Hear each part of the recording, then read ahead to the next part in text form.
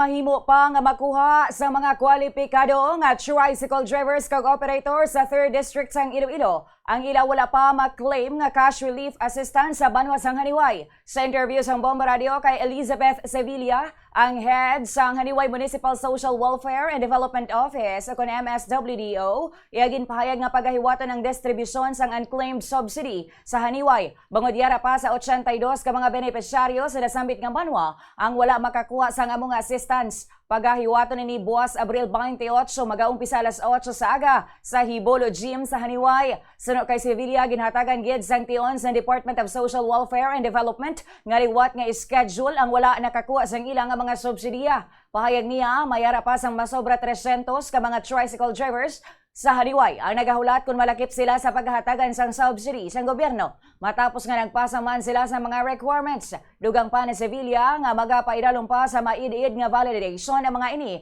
Agud malikawan nga magdoble ang mabaton sa mga driver kag maging patas man para sa tanan nga mga benepisyaryo. Ang unclaimed sigurado na kay siyempre may mga ngalan na sila. Why sila nagkadto kag nagkuha. That's why nga nag-schedule liwat sa April 28 sang ilang panagtag. Oo, kag per municipality ang aton nga pag-accommodate diri tanan ang 3rd district, no? Haniway, Cabatuan, Mina, Pututan, Kalinog, Maalsin, kag Lambuna. So far subong ang on the process pa lang kita sa validation and assessment